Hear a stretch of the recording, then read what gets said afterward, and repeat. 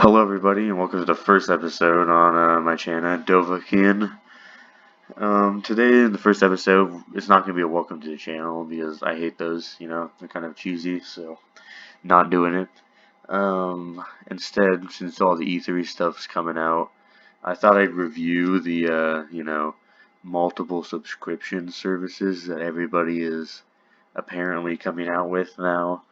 Well, I just know of two, plus the Google Stadia, which is like a console, so I don't know if that counts as a subscription service per se. But as you can see from what's on my screen, and obviously, the huge Xbox, beta for PC Game Pass on my screen right now, we're obviously talking about the Xbox Game Pass for PC beta, which is available for $1. I am a member. I don't know why it says join now. I have downloaded Wolfenstein 2 as I plan on playing that soon. So yeah, it's available for $1 for anyone who doesn't already have Game Pass or hasn't subscribed already. So anyone who has it can buy it for $1. There's for the beta, it's usually $10 if you have it on the Xbox. But for the beta, for the first month, it's $1, and then it's $5 for the rest of the beta. Then it'll probably be $10, just like that console. For $15, there's an Ultimate Edition where you get it for both Xbox and PC, the Game Pass. And I believe you also you get some Gears of War stuff. You get to play it early, and you get the game and stuff. So that's kind of cool as well if you're a Gears fan. So yeah. They just released this, I think yesterday, as I'm making this video at least. They released it yesterday, so a lot of people were interested in it. A lot of people have already downloaded the beta launcher or subscribed already to the PC version, that is, for like $1, so that's really, you're not really losing anything, honestly. So yeah, it's basically just the same type of Game Pass on the, console, but for PC games, obviously. So today we're just going to be doing a review of it, going down, see if it's worth it. Of course, for $1, I do suggest you get it. I mean, for $1 or $5, it's still a great value. Just if you want a short answer, just get it for $1, $5. There's games on here that you probably haven't played that are worth your time. So, okay, let's get a little more in depth here after I just said the pricing and the different plans. Let's go into some of the let's look at the beta thing here, the launcher, which you do have to install a launcher for. It's just a beta launcher. Also, by the way, another little bad piece of news.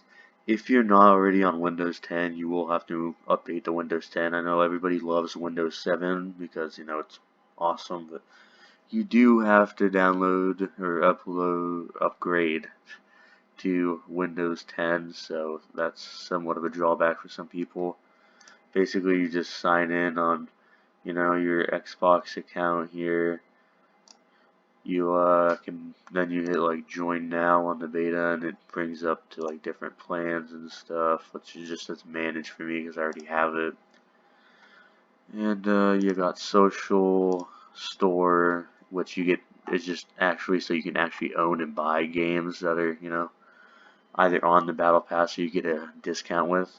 That's another great thing is if you want to actually own it and you don't plan on actually staying with it, you do get discounts with Battle Pass to actually buy the games that you might want. So that's another pro of it. So basically here it's got the social for your friends and chat. It's got your little account here with the settings, games I own, redeem a code, feedback, appear offline, sign out. You can search for different games. You got notifications here.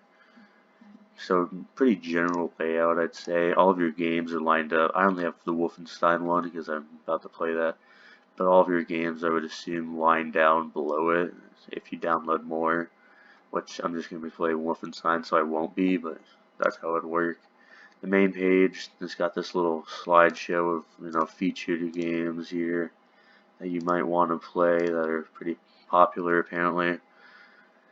Then it's got recently added. You can hit show all, and it brings up all of them, or you can just see the 5 featured ones, just games that they recently added to the Battle Pass. Obviously, right now it's Slay the Spire, Supermarket Shriek, Void Bastards, Riverbound, and Imperator Rome. So if you want to know what's recently been added, that's a great way to find all of the games that you might want to play that you didn't even know were on there. So they've also got most popular, which is like they got the 4 most popular games, I'm assuming, and you can show all, and it's got the most popular games. Just 4, 8, 12, 16. Oh, that's 5, 10, 15, 20. It's got 24 games here. I'm not sure if they're gonna add or subtract any, so we'll see about that.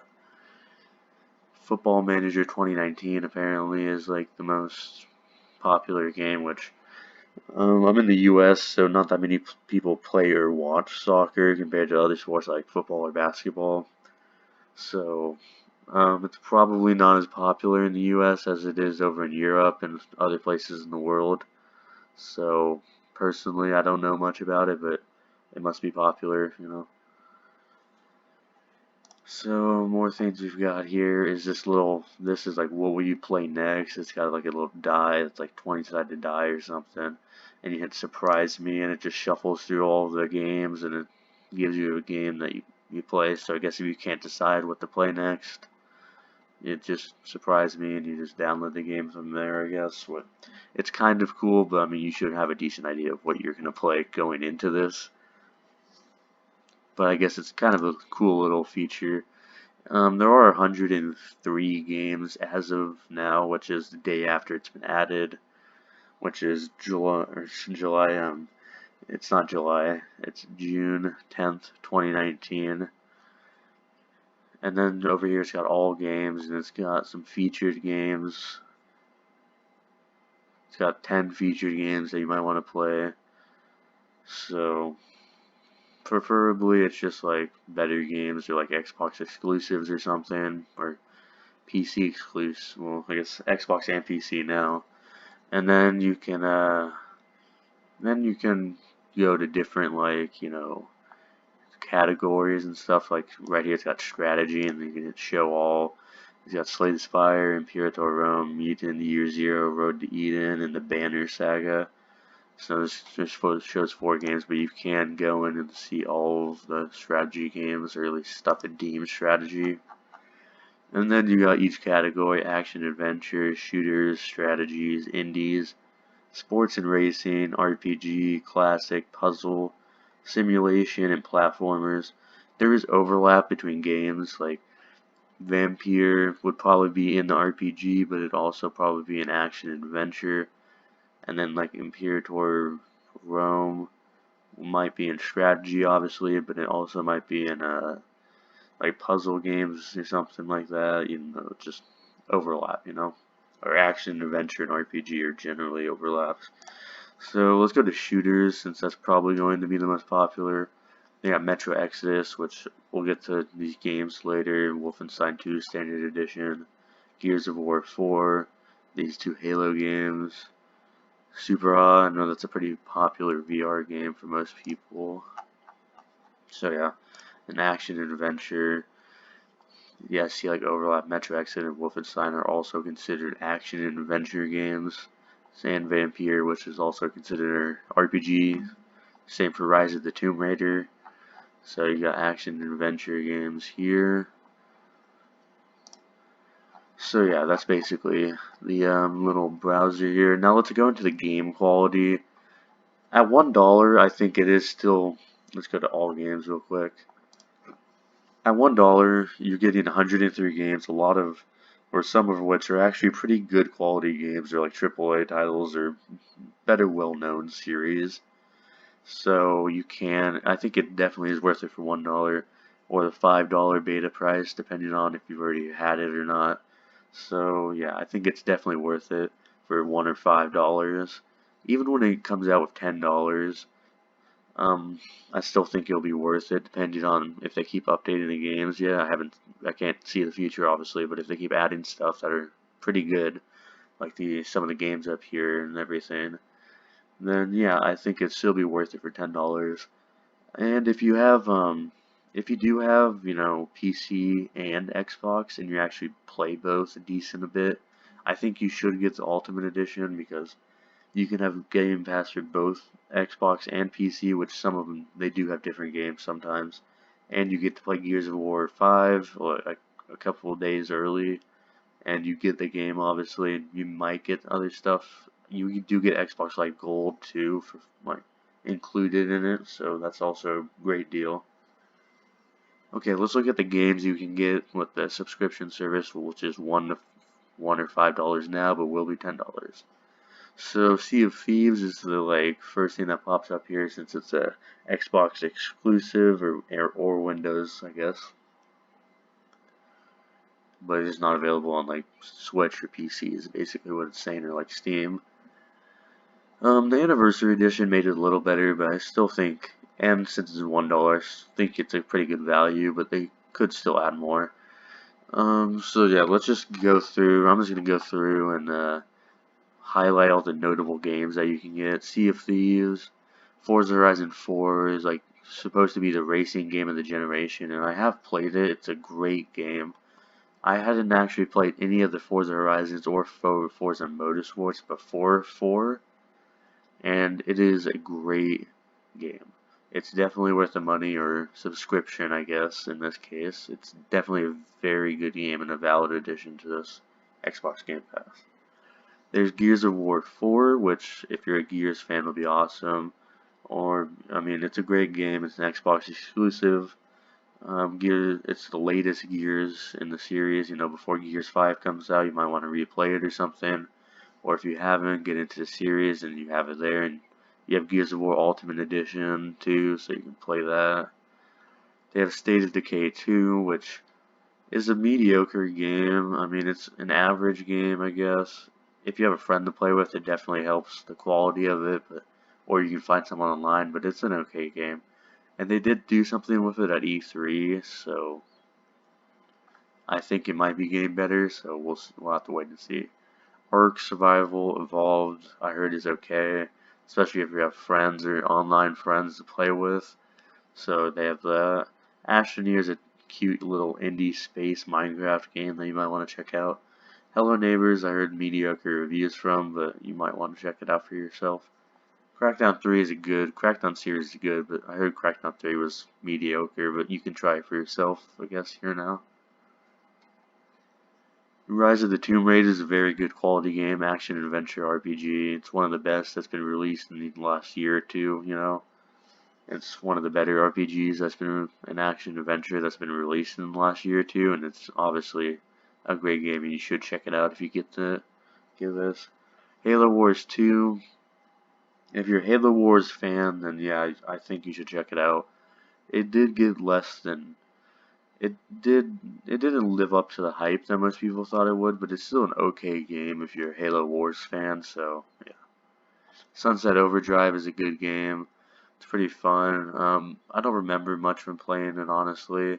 I did play like at release, which is a couple of years ago, so I'm not 100% familiar with it, but it was a good time. A lot of shooting, a lot of action, you know.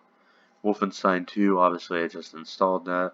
The Wolfenstein series is great. Who doesn't like to kill Nazis if, you know, just running through them and mowing them down and everything. The story is great as well. Imperial Rome is a pretty popular, like, up-and-coming strategy game on Xbox and PC now. So if you're into strategy games, I'd definitely give that a look.